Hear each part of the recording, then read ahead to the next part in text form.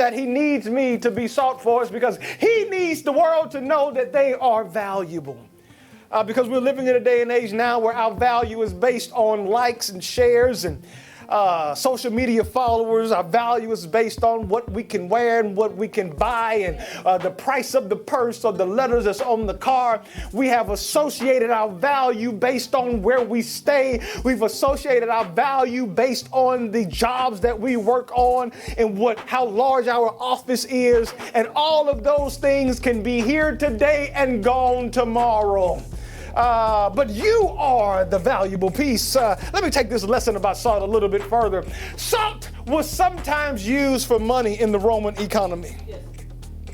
The word salary that we use now, that some of us have to negotiate. The salary that we are paid comes from the Latin word salarium, which refers to the practice of paying Roman soldiers with salt.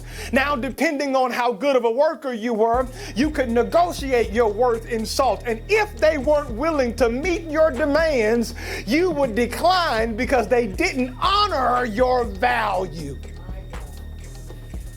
And in some spaces, they still say hard workers are worth their salt. Now, let me drop this peg right here. Not a point, but let me drop this peg as I pull on this thought from last week's message where we exhausted John 3:16. Y'all, that was a good message. Please, if you didn't hear it, please go back and listen to it. But it was last week we rejoiced over the fact that God gave us his best because he's madly in love with you.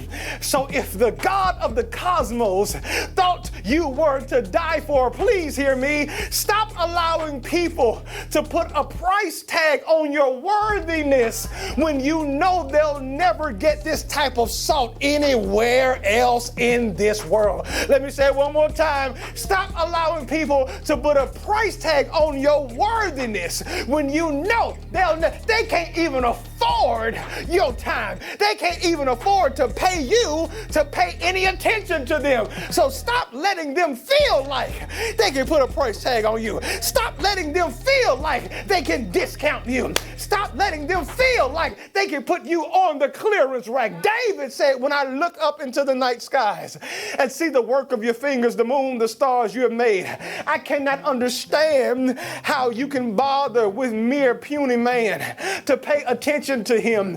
And yet you have made him only a little lower than the angels and placed a crown of glory and honor upon his head.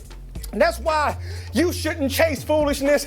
That's why every statement don't need a response from you, because my brother and my sister, you got a crown on your head and you shouldn't let nobody ruffle your feathers enough where your crown gets tilted.